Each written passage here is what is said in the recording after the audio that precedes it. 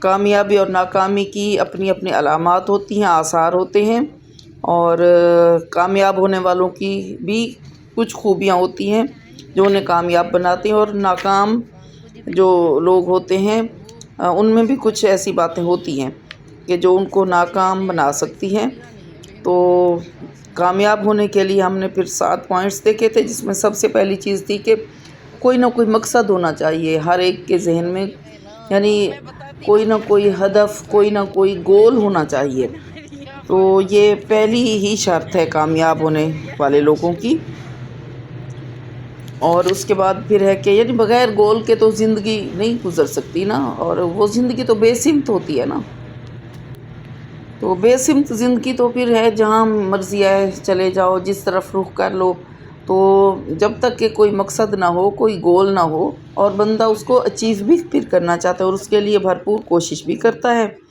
تو دوسرا پوائنٹ تھا کہ صورتحال کو سمجھنا۔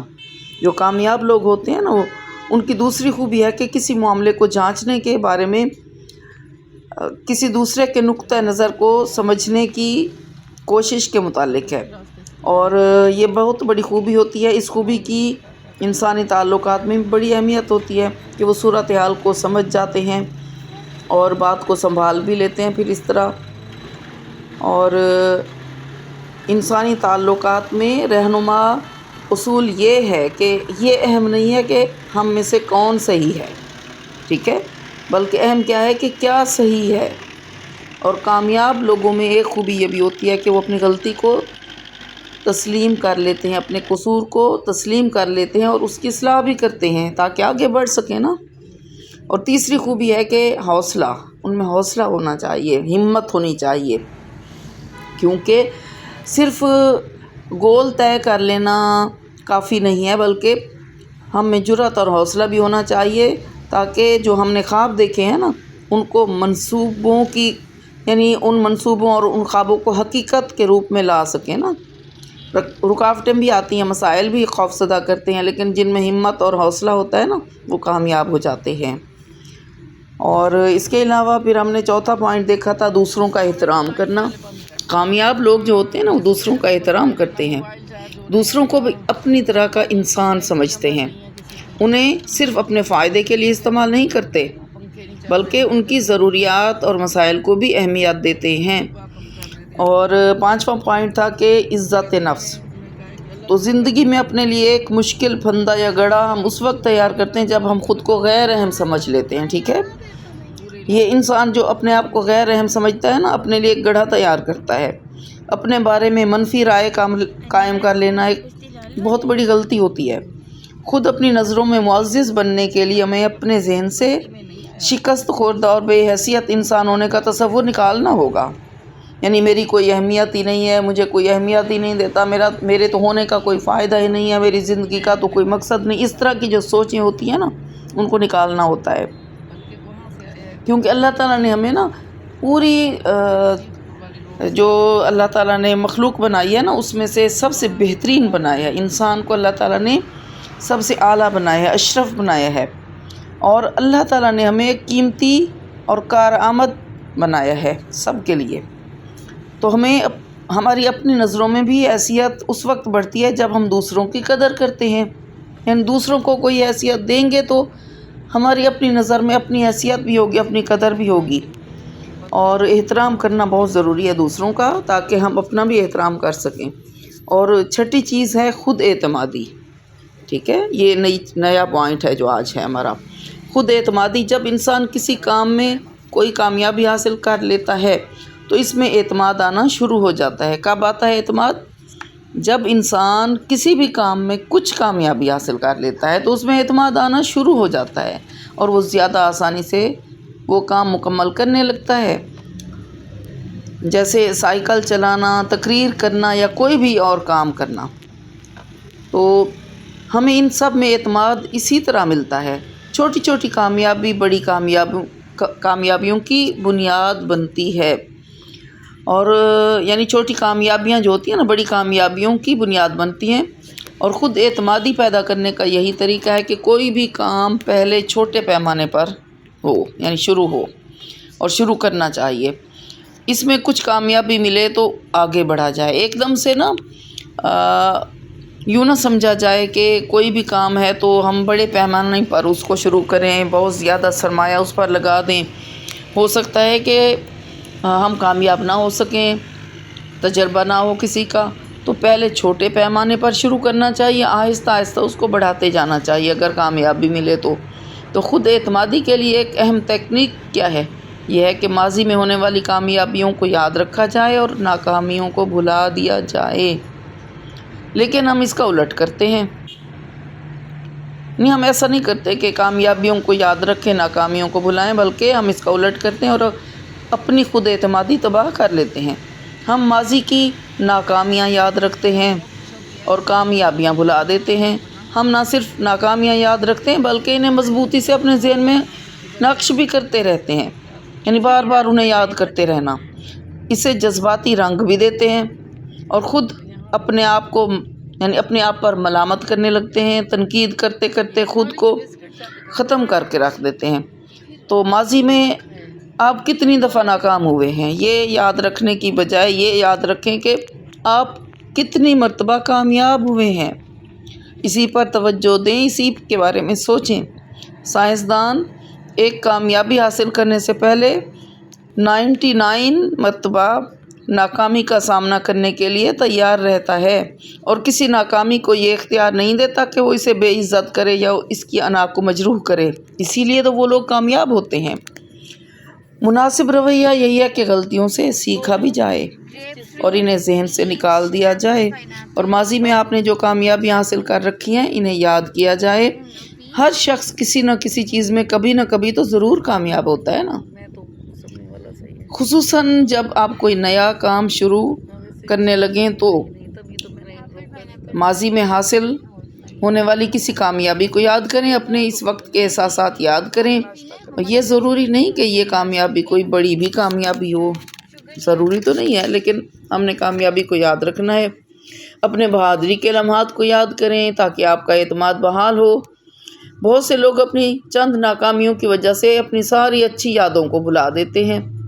یادداشت میں موجود اچھے لمحات کو تازہ کرتے رہنے سے، یعنی بار بار ان کو یاد کرتے رہیں، تو اس طرح انسان کا حوصلہ اور ہمت جو ہے اس میں بہت زیادہ اضافہ ہوتا ہے۔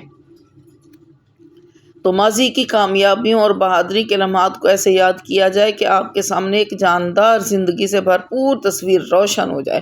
ایسا کرنا اس وقت بہت اہم ہے جب آپ خود اعتمادی میں کمی کا سامنا کر رہے ہوں، یعنی جب آپ کے اندر خود اعتمادی کی کمی ہے تو تب آپ اپنی ان باتوں کو یاد کریں جن میں آپ کامیاب ہوئے تھے ماضی میں، تاکہ خود اعتمادی بحال ہو۔ اور ساتواں جو پوائنٹ ہے اس کا ہے خود اپنی ذات کو قبول کرنا۔ حقیقی کامیابی یا خوشی کے لیے خود اپنی ذات کو قبول کرنا بھی ضروری ہے۔ ہمارے ذہن میں اپنا ایک مناسب اور حقیقت پسندانہ سیلف امیج ہونا ضروری ہے، کیونکہ اس سے حیرت انگیز نتائج ملتے ہیں۔ خود کو قبول کرنے کا مطلب کیا ہے کہ اپنی تمام خوبیوں اور مضبوط پہلوؤں کو تسلیم کرنا، اور اسی طرح اپنی خامیوں، کمزوریوں اور اپنی غلطیوں کو بھی تسلیم کرنا۔ یاد رکھیں، کوئی بھی شخص اپنی زندگی میں اپنی ساری صلاحیتوں کو پوری طرح استعمال نہیں کر پاتا۔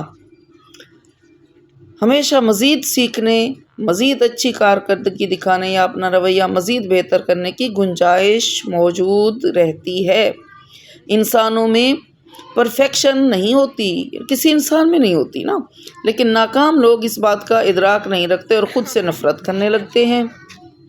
تو خود کو قبول کیجئے جیسا کہ ابھی اس وقت ہیں، اور اب اپنا سفر شروع کیجئے۔ اپنے ناقص اور ادھورے ہونے کو جذباتی طور پر برداشت کرنا سیکھیں۔ اگر آپ ایک دفعہ ناکام ہو جاتے ہیں کوئی بات نہیں، غلطی کر بیٹھتے ہیں تو کیا ہوا، اس کا ہرگز یہ مطلب نہیں کہ آپ مکمل طور پر بے حیثیت ہو گئے ہیں۔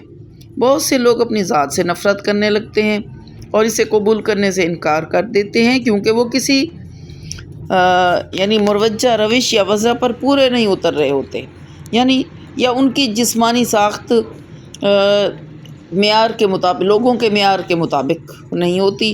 بعض لوگ خود سے کہہ رہے ہوتے ہیں کہ وہ بہت ہی دبلے ہیں، یعنی بہت ہی کچھ لوگ جو دبلے ہوتے ہیں نا وہ اپنے آپ سے خود ہی کہتے ہیں میں تو دبلی ہوں اور میں تو اچھی نہیں لگ رہی. کچھ دبلے کچھ موٹے ہوتے ہیں تو وہ ہر وقت یہی کہتے رہتے ہیں اپنے آپ سے، یعنی اپنے آپ کو بے حیثیت کرتے رہتے ہیں.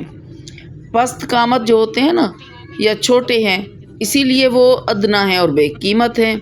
کوئی بھی پرفیکٹ نہیں ہوتا، سب میں عیب ہوتے ہیں، کمزوریاں بھی ہو سکتی ہیں. کامیاب شخص خود سے کہتا ہے کہ میری قدر و قیمت ہے اور میرے پاس جو کچھ ہے میں نے اسی سے کام لینا ہے.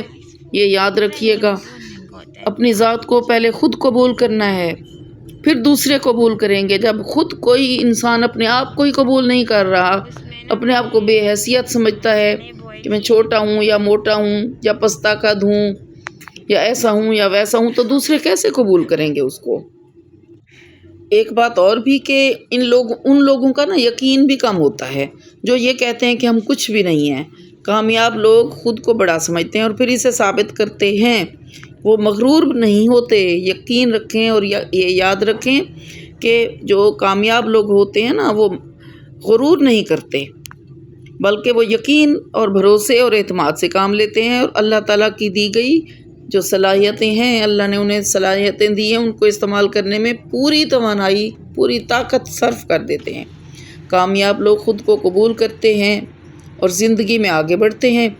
کامیاب شخصیت کے اس تصور سے یہ بات واضح ہے کہ اگر کوئی اپنے اندر یہ کامل یقین پیدا کر لے کہ اسے اللہ تعالیٰ نے بہترین مخلوق کا شرف بخشا ہے اور اس نے خدا کی دی ہوئی صلاحیتوں کا بھرپور طریقے سے استعمال کرنا ہے، تو اس کے ہاتھ قوت اور طاقت کا نیا سورس ضرور آ جاتا ہے جس کی وجہ سے وہ کامیاب ہو جاتا ہے.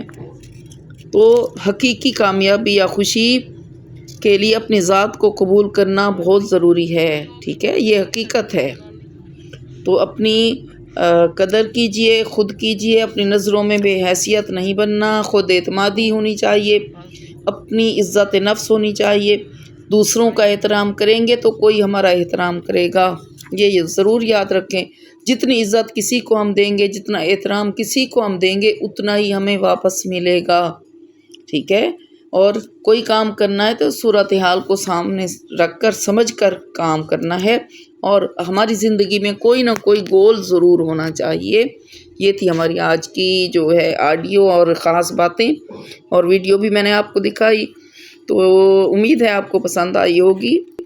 اور آخر میں جیسے میں روز کہتی ہوں کہ چینل کو ابھی تک آپ نے اگر سبسکرائب نہیں کیا، آپ نئے ہیں اس چینل پر، تو ابھی کر لیں اور کمنٹ بھی کر دیا کریں. ویڈیو کو لائک کر دیں گے تو کوئی مذائقہ نہیں ہے، اچھا لگے گا. پھر ملیں گے. اللہ حافظ.